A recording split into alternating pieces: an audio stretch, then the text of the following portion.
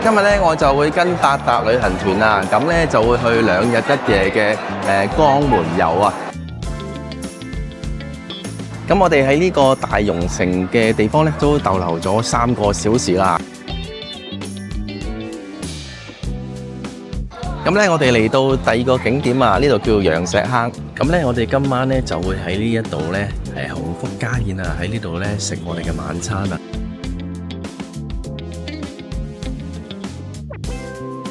今日咧，我哋就會入住呢一間維也納酒店啊。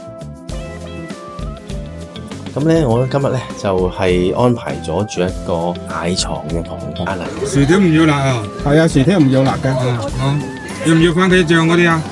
咁咧98蚊，再加2日嘅小費咧，都係160蚊啦。咁加埋都係200幾蚊。咁我覺得咧，有陣時跟下呢啲短線旅行團出嚟玩下咧，識下朋友咧，真係好過坐喺屋企發煲啊！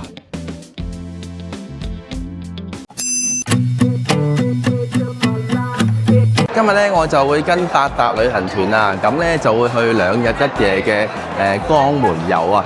咁咧我哋就而家咧係8點半鐘啦，咁我哋喺羅湖口岸集合嘅，咁咧就等齊團友咧就會出發㗎啦。團友陸陸續續都會到齊㗎啦，大概8點45分咧，我哋就會去返另外一個集合點深圳灣，然之後咧就直接坐旅遊巴去江門嘅。咁咧今日星期日啊，咁喺羅湖口岸呢一度咧集合嘅旅行團都有好多啊。咁而家咧團友差唔多到齊啊，都開始最後點名出發啦。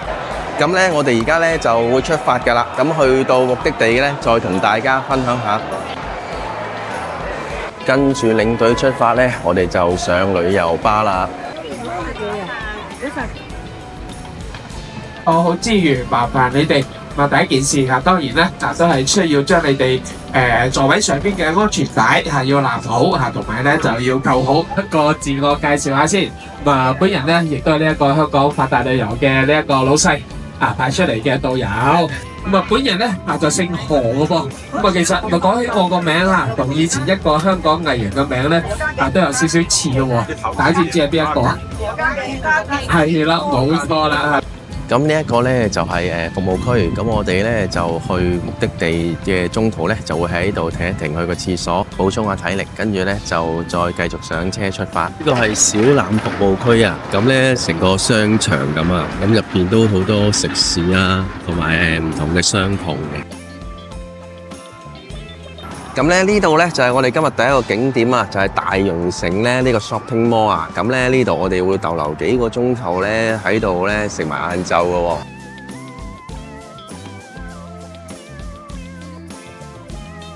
咁大榕城咧行過去對面咧都有好多地道嘅食肆嘅。咁呢個範圍都好大啊。咁我哋喺呢個大榕城嘅地方咧，都逗留咗3個小時啦。咁咧準備咧就上車咧，就去另外一個景點。咁咧我哋嚟到第2個景點啊，呢度叫羊石坑。咁咧後邊都見到咧有一個咧觀音寺啦。咁另外咧後邊呢一度咧都係另外一個唔同嘅入口嚟嘅。咁咧呢度咧我哋陣間就會逗留個半鐘頭嘅。咁我哋個旅遊巴咧就停咗喺觀音寺嘅牌坊前面啊。見到咧呢度都好多咧一啲攤檔嘅，咁賣一啲紅豆沙啦、豆腐花啦，咁有啲甘蔗啦。咁見到呢個觀音寺裏邊咧都有提供齋菜同埋住宿嘅喎。咁咧裏邊咧就大堂咧嗰個用餐時間，午餐就係11點半至到12點半啊，晚餐咧就係5點40分至到6點20分嘅。咁咧有需要嘅朋友咧都可以喺度預訂嘅喎。咁呢個咧就係觀音寺裏邊一個觀音像啊。咁見到佢咧個擺設佈局都好靚，好山清水秀。咁遠望咧仲見到有啲山頂纜車㗎，咁上上落落咁樣嘅。咁咧有啲似喺海洋公園咧坐吊車嘅感覺啊。咁咧呢個喺觀音寺門口嘅展示圖啊，咁佢展示翻咧喺唔同嘅聖殿啦，同埋唔同神殿嘅位置啊，咁方便我哋去翻做一個祈福。行入嚟觀音寺，沿住呢條小路咧，兩邊咧都係仙氣彌漫啊！沿道行入嚟咧，都仙氣十足。咁咧，我哋今晚咧就會喺呢一度咧，鴻福家宴啊，喺呢度咧食我哋嘅晚餐啊。咁就係呢度行程嘅最後一個點。咁夜少少咧，如果再肚餓嘅時間咧，我哋就會去其他地方啦，睇下有冇夜市咧，再揾嘢食。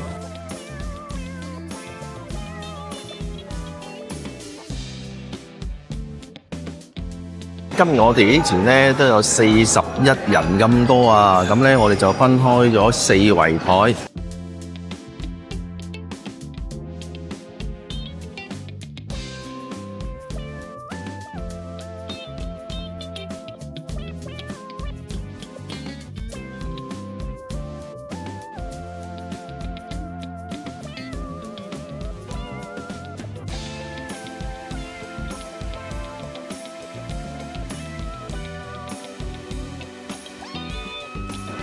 咁啱啱咧就食完咧今日行程第一日嘅晚餐啦，咁我覺得就都唔錯啊，有9餸1湯白飯任裝，就保證身體健康。咁樣咧，我覺得雖然咧佢菜式就平平啦，咁但係咧佢推薦嘅主打黃鱔飯咧就真係幾好味、幾香口嘅。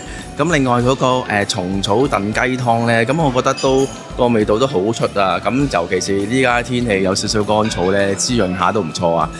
咁咧98蚊，再加2日嘅小費咧，都係160蚊啦。咁加埋都係200幾蚊。咁我覺得咧，有陣時跟下呢啲短線旅行團出嚟玩下咧，識下朋友咧，真係好過坐喺屋企發糕啊！今日咧，我哋就會入住呢一間維也納酒店啊。咁咧，酒店附近咧都好熱鬧嘅，都好多店鋪啦，都好多攤檔㗎。咁有水果啦，有啲小食啦，咁都見到都好多選擇啊。咁咧夜少少，等我哋check in 咗房之後咧，咁都會落嚟呢度行下。咁今日咧我就安排咗住13樓嘅房間啊，130-2室。好，咁開箱睇睇先。咁咧房間咧感覺咧都幾新淨嘅。入房咧左手邊咧就係洗手間，然之後咧另外呢邊咧就有個衣櫃啦。咁呢一度咧就係擺翻行李嘅地方。咁咧我今日咧就係安排咗住一個大床嘅房間啊。咁咧燈光都幾柔和嘅，咁同埋樓底咧都算幾高噶。咁咧空間感都唔錯，都幾大嘅。咁我呢邊窗嘅 view 咧就向翻係大街嘅位置啊。咁咧個 view 咧都開揚嘅。咁同埋咧呢邊咧就樓下咧全部都係食肆啦。咁望過去呢一個位置咧。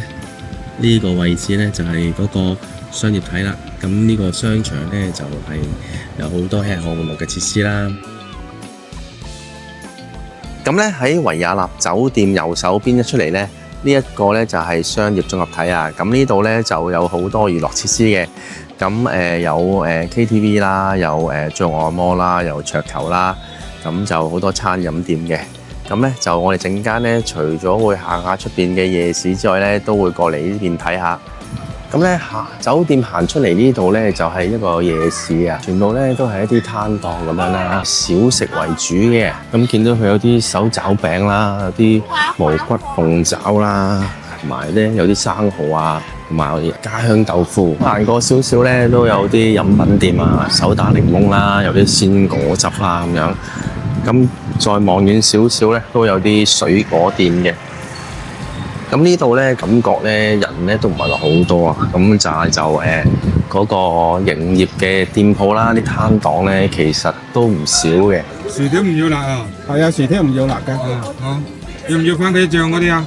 咁呢邊呢個商業綜合體咧，咁都係餐廳啦、KTV、橋牌啦。咁咧我見到咧3樓呢邊咧就有個休閒嘅足浴項目。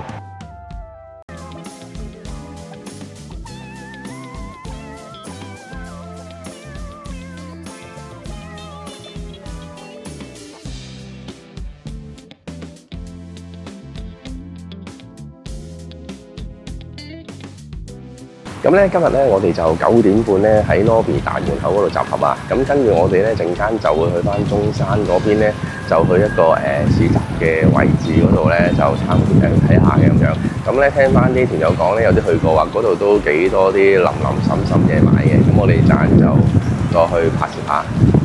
咁呢度咧係沙江區嘅市場啊。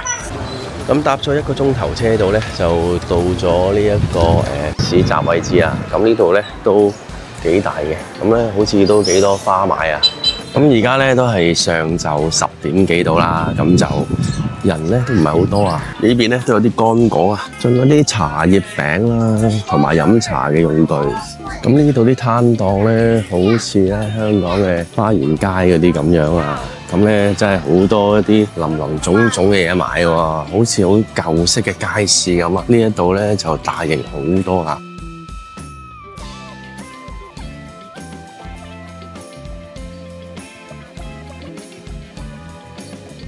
咁咧，我哋上午去完市集咧，咁咧晏晝我哋就會嚟稻香園呢度咧就食下午飯啦。咁我哋入去咧就準備下揾張台先。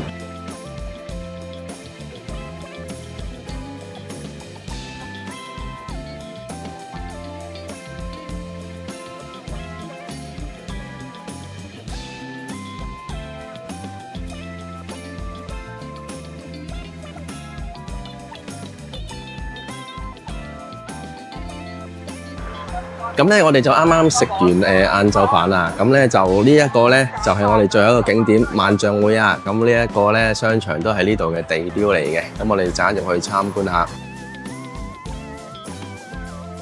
咁但係商場裏邊咧嘅商店咧同埋格局咧，其實都係大同小異啊。咁咧同我哋喺深圳嘅萬象城啊、萬象食家啊，咁裏邊嘅店鋪咧，其實都差唔多啊。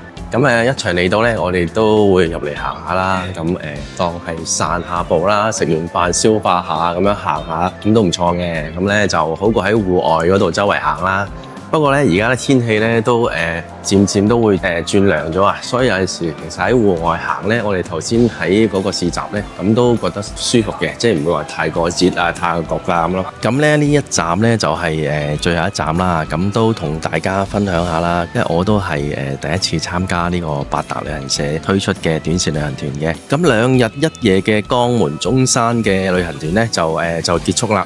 咁咧我自己咧都未嚟過呢2個地方嘅，其實都未正式嚟過嘅，尤其是江門啦。咁都係因為深中通道開咗咧，咁過嚟江門就會方便好多啦。咁如果以前嘅話咧，可能都要幾個鐘頭先到嘅。咁咧而家咧就可能2個鐘頭車程都會到啦。咁咧就我覺得呢個團咧，咁98蚊其實性價比都係超高啊。咁你就算就當咁食2餐啦，咁樣其實咧都我哋平時食一餐可能都要食100蚊啦，或者100蚊都係食咗2餐啦。咁但係其實佢呢度咁就咁計翻食2餐都已經係回本㗎啦。咁咧仲要有埋旅遊巴兜我哋去唔同嘅地方行下啦。咁其實我覺得呢啲旅行團咧就最主要都係俾大家散下心嘅，咁好過話週末或者假期都屈喺屋企啦。咁或者平時同屋企人啊、同伴侶都可以咧 join 下呢啲團，咁識下朋友啊，咁樣咁過嚟呢邊叫做認識下一啲未去過嘅地方，或者回顧一下曾經去過嘅地方，咁睇下而家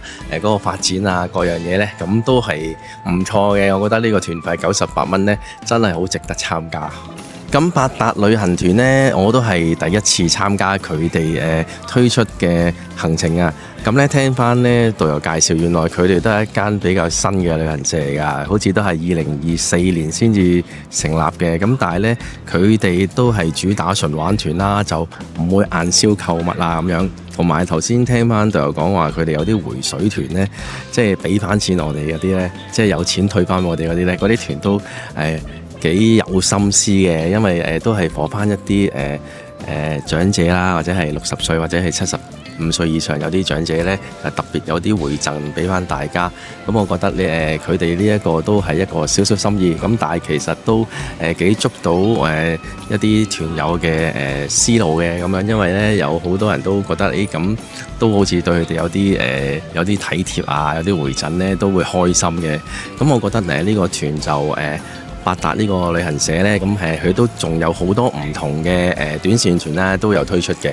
咁有機會呢，我都會再 join 下佢哋其他唔同嘅團，體驗下，同大家分享下。鍾意我呢條片介紹嘅朋友，可以俾個 like， 支持訂閱我嘅頻道，分享俾你身邊嘅朋友，留言講下你嘅感受，撳埋個小鐘仔，下次有新片可以馬上通知大家。我哋下條片見。